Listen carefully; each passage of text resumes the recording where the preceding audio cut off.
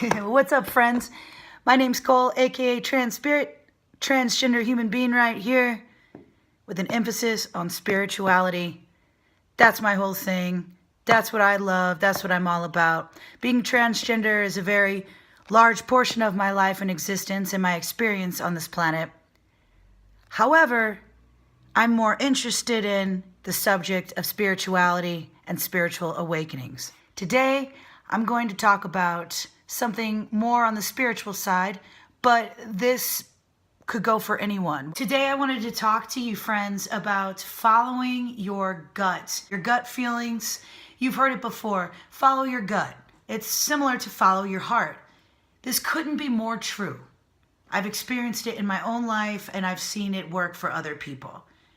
Now, on a spiritual level, we have different chakras in our bodies.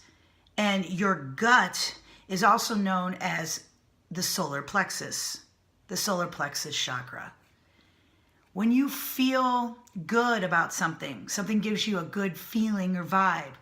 That's your gut telling you, yes, this is good. However, if you walk into, say, a restaurant or anywhere, you walk into a situation and you just don't feel right about it, something feels off, that's most likely your gut trying to tell you and warn you. Your gut is pretty much like an alarm system. It's something that you can't see with these two eyes, but your third eye, your pineal gland, your pineal gland, however you want to say it, that is all connected spiritually with your solar plexus, with your gut intuition. So by following your gut intuition, you will be led more towards your path, toward what you're meant to do in this life.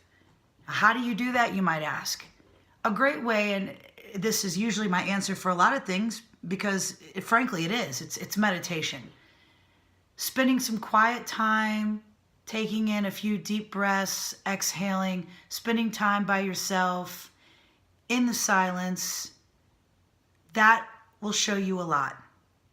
You will begin to see how answers come to you, whether in flash thoughts or in synchronicities, such as repeating number patterns. You might see a feather on the ground in your path as you're walking. That can be what's called an angel sign. Now, I'm very much into studying the angel realm, and a lot of these signs are known as angel signs. Now, numerologists, people that study numbers and their frequencies, they don't necessarily call them angel numbers. They just call them numerology numbers. And it's however you want to look at it, to each their own. I almost want to just put on this channel, like the whole thing is to each their own. Everybody has their own perspective. What's right for me might not be right for you, and vice versa. So for me personally, I call them angel numbers. Seeing repeated numbers on the clock, 1111, 111, 222, 444, 333. I see them a lot on license plates as well. And these different numbers have different frequencies and vibrations. And if you go to study them, you can find all this information online. A lot of the numbers are trying to tell you different things. It's a way to be in communication with the angel realm, with the realm of light. Okay, and I'm not talking about any darkness or entities that haven't crossed over. You know, as much as there's light in this world, there is darkness. So it's what you pay attention to and what you focus on, and I focus on the light. Following your gut goes along with this, because you'll find these synchronicities. You know, should I take that job? I just don't know.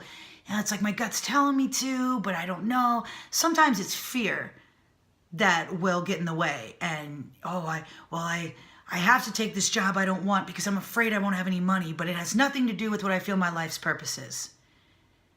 That's an example of not following your gut. You don't ever want to make decisions out of fear or lack. That will bring more fear and lack into your life. Now, I've experienced this too firsthand. I was almost at the end of some savings a while back, and I was becoming very fearful. How am I going to make money? I'm slightly disabled. I was in a car accident. I can't move like I used to. I can't do the job I used to do. It required constant standing and physical work. What am I going to do? But I felt like it was in my life's path to make videos, to write, to sing. I'm a singer-songwriter. However, at the time, I didn't see any instant opportunities to make money doing those things. It would all take time to build it up. I was very confused. My girlfriend came to me at the time and said, no matter what you do, you can't take a job out of fear. It's not going to be good for you. It's not going to lead you to the path that you're looking for. She was absolutely right. Now, I'm telling you, I was seriously almost down to my last $100 in my bank account, and we had just started renting a place. And I knew it, somehow I knew it was all going to be okay, but I had been applying for jobs as a cannabis consultant here in Nevada. It's recreationally legal here, and I desired to work in that industry while I was working on my art. I hadn't heard back from any of these dispensaries. I was about to give up, and the universe was testing me. I went into this job interview that was for minimum wage. It was a really crappy job. Not only was it minimum wage, it was a call center, which I did not want to do. And what a waste of a voice when you sing professionally, right? Just talking all day for minimum wage. Selling your soul, right? Pretty much. Well, to top it all off, I go in there for the interview. The guy gives me the script. He said, oh, you can read. You're hired. Oh, that didn't take much, right? Well, I later found out why it was so easy to get that job. I kid you not, as a transgender person, to top it off, they wanted me to call people, random strangers, in southern states of the United States, which is typically more anti-LGBTQ, not always, but it is more typical. I'm from there. I'm going to tell you it's more typical. They wanted me to call the more southern states and ask people randomly, bothering them at home, how do you feel about gay marriage? Do you approve of it? I was beside myself, baffled. How could this be? How did I align with this? I'll tell you how I aligned with it. Out of desperation and out of fear, out of lack. Oh God, what am I gonna do? I need money. Oh my God, I'll do anything. You don't ever want to do that, because that's the kind of job you're gonna be led to. It's all about keeping faith and moving forward and taking big risks.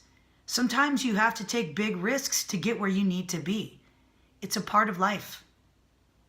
It's just a part of life for everyone. So you know what I did? At first I told him I would take the job. Then I went home, read the script, realized what it was, panicked. And after thinking about it that weekend, I called him Monday and I said, thank you, but no thank you. I can't take this job.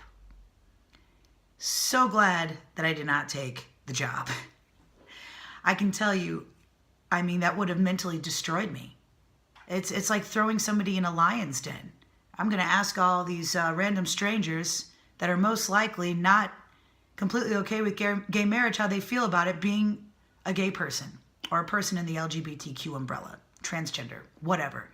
Labels are just labels, people. And I got to say that. Sometimes people want to argue with me about labels and how literal things. We are all souls in meat suits walking around on this planet. So just don't completely focus on the labels. Just focus on your own inner self and soul, and do it by doing the soul work and following your gut. You'll be led more so towards your own truths. So I didn't take this job, okay? Guess what? The universe responded. I said, no, I'm not going to do that. I'm going to keep moving forward until something better pops up for me. Less than a week later, I got an email from one of the dispensaries here in Nevada offering me an interview. There it was. And for a lot more money than minimum wage. Okay, not a lot more, but way more than minimum wage. Enough to survive on and have some savings. And absolutely love my job. Well, I ended up getting hired, and I was a cannabis consultant. After a while, I realized that I couldn't physically keep up with the job. The physical demands were almost that of my old type of work, cooking and standing for long periods of time, and I was in excruciating pain. That was another huge leap I had to make 6 months later. By that point, all I wanted to do was make YouTube videos. But I had like 2 subscribers, so I knew I wasn't going to make my millions overnight, right? What was I going to do? Well, I've been doing live music for almost 20 years. I just didn't have a following here in Nevada because I'm from St. Louis, Missouri, and that's where I'd built up a following and I'd played at a lot of different venues. An opportunity came up. I believed it would.